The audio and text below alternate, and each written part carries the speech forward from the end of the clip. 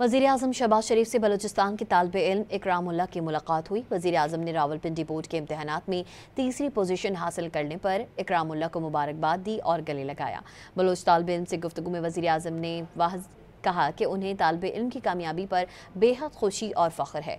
वज़ीर-ए-आज़म ने बलोच तालिब इल्म से मुस्तक़बिल के हवाले से दरियाफ़्त किया, जिस पर इकरामुल्लाह ने कहा वो CSS करना चाहता है। वज़ीर-ए-आज़म ने 2022 में सैलाब से मुतासरा क़िला सैफुल्लाह के दौरे के दौरान इकरामुल्लाह के तालीमी अखराजात उठाने का ऐलान किया था। वज़ीर-ए-आज़म शहबाज शरीफ से बलूचिस्तान के तालिब इल्म इकरामुल्लाह की मुलाकात हुई। वज़ीर-ए-आज़म ने रावलपिंडी बोर्ड के इम्तिहानात में तीसरी पोजीशन हासिल करने पर इकरामुल्लाह को मुबारकबाद दी और गले लगाया। बलोच तालिब इल्म से गुफ्तगू में वज़ीर-ए-आज़म ने कहा कि उन्हें तालिब इल्म की कामयाबी पर बेहद खुशी और फ़ख्र है।